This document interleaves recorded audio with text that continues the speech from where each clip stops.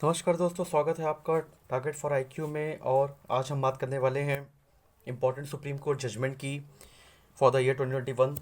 इस पे पहले एक वीडियो आ चुकी है जो कि पार्ट 1 के नाम से है, एंड ये पार्ट 2 वीडियो है जिसमें हम बाकी कुछ इंपॉर्टेंट जजमेंट और भी हैं जिनके बारे में हम डिटेल में जानेंगे, एंड क्या क्या सुप्रीम कोर्ट के ऑब्जर्वेशन है वो हम इसमें काफ़ी डिटेल डिस्क्रिप्शन में उन चीज़ों को समझेंगे।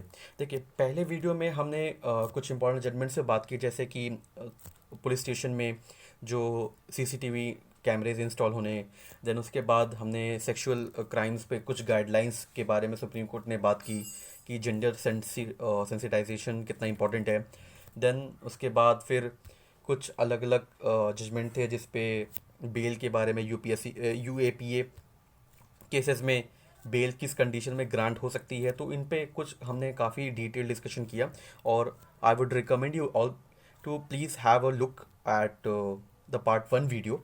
एंड क्योंकि वो एग्ज़ाम के जो भी आपके लीगल सब्जेक्ट्स है या फिर आपके जुडिशरी, स्टेट जुडिशरी के जो भी एग्ज़ाम है, एपीओ वगैरह, उनके पर्सपेक्टिव से काफ़ी इंपॉर्टेंट एक ऑब्जर्वेशन है जो कि आपके लिए स्कोर करने के लिए ना एग्ज़ाम में काफ़ी इंपॉर्टेंट रहेगा। राइट, तो इस वीडियो को हम शुरू करते हैं। और इस वीडियो को शुरू करने से पहले मैं आपसे रिक्वेस्ट करूंगा कि इस वीडियो को लाइक करें और एंड सब्सक्राइब करें। ऑलराइट, सो अब हम जानते हैं कि बाकी के जो इंपॉर्टेंट केसेस है वो कौन कौन से हैं जिनके बारे में हमें एग्जाम के पर्सपेक्टिव से जानना चाहिए। ऑलराइट,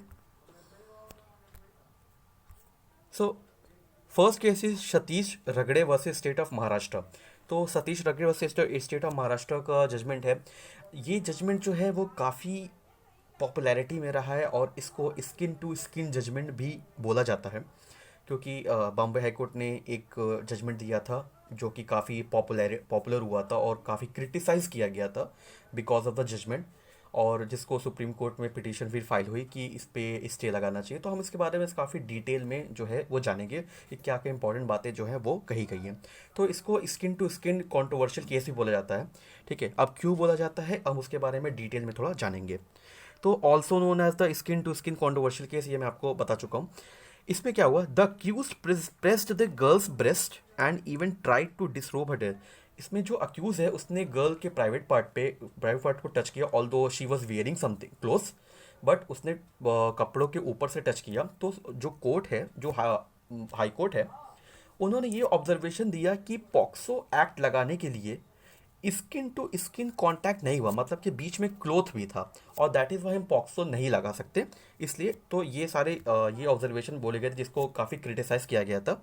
ठीक है, एंड इस पे जो अक्यूज है उसको कन्वर्ट किया गया था सेक्शन 354, 363 एंड 342 ऑफ आईपीसी लगाया था और सेक्शन 8 ऑफ पॉक्सो एक्ट लगाया गया था। तो इसमें अब डिफरेंस क्या है, आईपीसी के जो सेक्शंस लगे और पॉक्सो के जो सेक्शन लगे उसमें। ठीक है, तो सेक्शन 354 में क्या है कि 1 ईयर की जो है पनिशमेंट है, और पॉक्सो एक्ट को अगर हम इम्प्लीमेंट करेंगे तो उसमें मैक्सिमम जो पनिशमेंट है वो 3 ईयर है। ठीक है, तो बट अक्यूजेंस जो हाई कोर्ट का जो जजमेंट है वो एरोनियस बेसिस पे है, एरर बेसिस पे जजमेंट दिया गया। तो जो पॉक्सो एक्ट है उसका एप्लीकेशन वहाँ पे डिक्लाइन कर दिया गया था, उस सेक्शंस को हटा दिया गया था। दैट इज़ वाई अक्यूज को अभी 1 ईयर की पनिशमेंट दी गई है, बट उसको पॉक्सो एक्ट के अंदर 3 ईयर की पनिशमेंट दी जानी चाहिए। ये कंटेंशन है, ये जो इशू है रेज हुआ था सुप्रीम कोर्ट के पास। ठीक है, तो बॉम्बे हाई कोर्ट ने कहा कि there was no physical contact skin to skin with sexual intent without penetration. और तो बॉम्बे हाई कोर्ट ने कहा स्किन टू स्किन कांटेक्ट था ही नहीं क्योंकि बीच में कपड़ा था, और विदाउट एनी सेक्सुअल पेनिट्रेशन, जो सेक्सुअल डिस्कोर्स है वो नहीं हुआ था। दैट इज़ वाई पॉक्सो नहीं लगा सकते, वो जो कि काफ़ी क्रिटिसाइज किया गया था।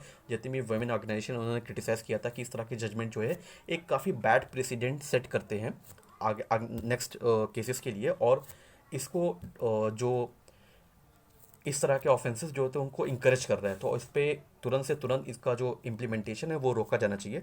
और इसको लेकर के सुप्रीम कोर्ट में केस फाइल हुआ, तो सुप्रीम कोर्ट ने इस जजमेंट को जो है अभी स्टे लगा दिया है। ठीक है, इम्प्लीमेंट करने से स्टे लगा दिया। ठीक है, तो ये सारी बातें सतीश रगड़े वर्सेस स्टेट ऑफ महाराष्ट्र में कही गई थी। देन हम लोग बात करेंगे Saurabh Sharma versus sub divisional magistrate east. ठीक है, अब इसमें इस केस का मेन पॉइंट क्या है, देखिए इस केस में मेनली बात किया गया है मास्क लगाने को लेकर के कि कोई भी पर्सन प्राइवेट व्हीकल में अपने गाड़ी के अंदर बैठा है अगर, तो क्या उसका मास्क लगाना मैंडेटरी है। कोविड के टाइम पर ये केस फाइल हुआ था, उसको जब इम्प्लीमेंट जो रिस्ट्रिक्शंस थी लगी थी, एंड सबको ये मैंडेटरी था कि आप जहाँ भी जाएंगे तो मास्क लगाएंगे। तो उसमें कुछ लोगों पे फाइन लगी थी। तो उनका एक क्वेश्चन था कि हम अपने प्राइवेट कार में बैठे हैं तो क्या तब भी हमें इस रूल को मानना ज़रूरी है। तो इस बारे में ये बातें हैं। तो सुप्रीम कोर्ट ने क्या ऑब्जर्वेशन है इसका, उस पर अपनी जो है राय रखी है। ठीक है। तो कोर्ट ने कहा कि जो दिल्ली हाई कोर्ट में ये कोर्ट कोर्ट केस जो है वो दिल्ली हाई कोर्ट में था। एंड उसमें कोर्ट ने कहा not wearing mask during Covid in a private car. ठीक है, इसको लेकर के ये जो इशू था, तो कोर्ट ने कहा कि मास्क इज लाइक अ सुरक्षा कवच। ठीक है, protecting both the person wearing, जो पर्सन वियर कर उसको भी बचाता है, जो उसके आसपास है उसको भी बचाता है। ठीक है। तो सुप्रीम कोर्ट जो हाई कोर्ट है उसने फिर भी बोला कि vehicle moving in a city would be a public place owing to the immediate.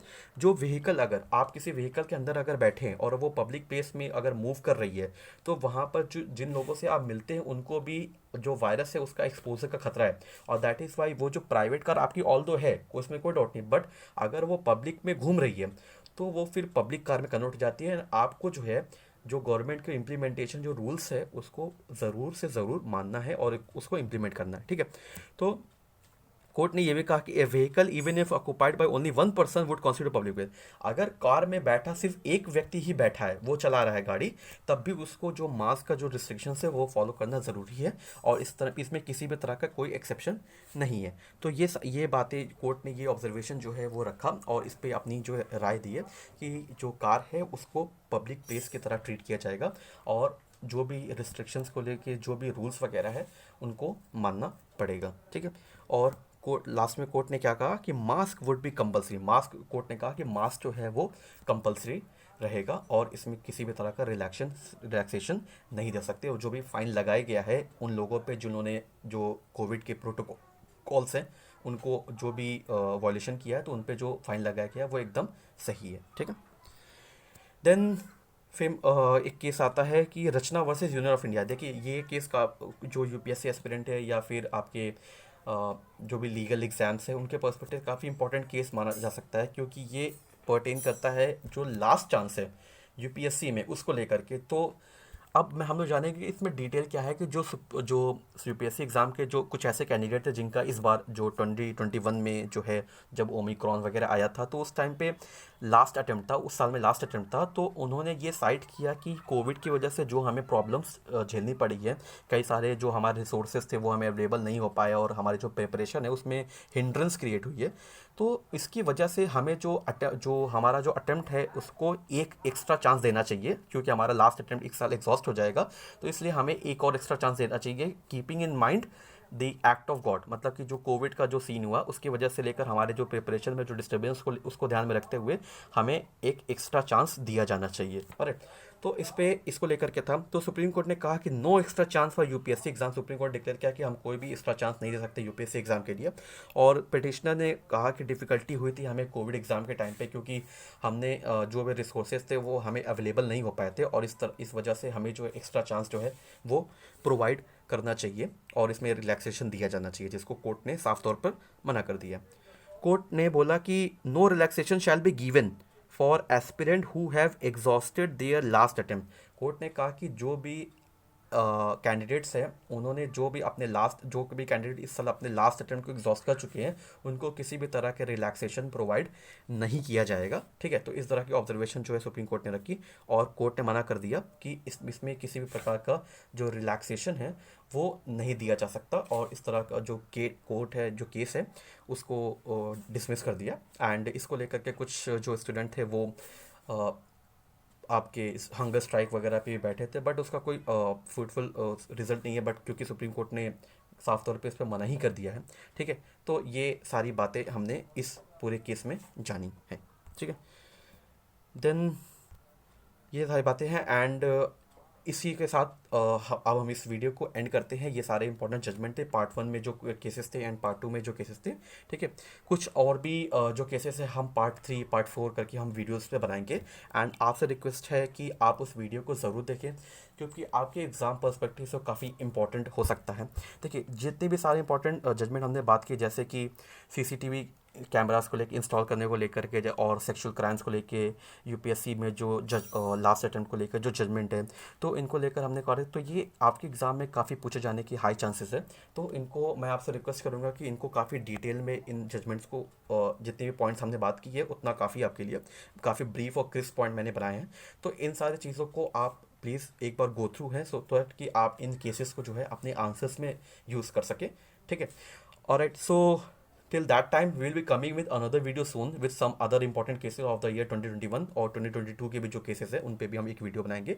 and till that time we would like to end that video. Alright, so please like and subscribe this channel, and till that time, thank you.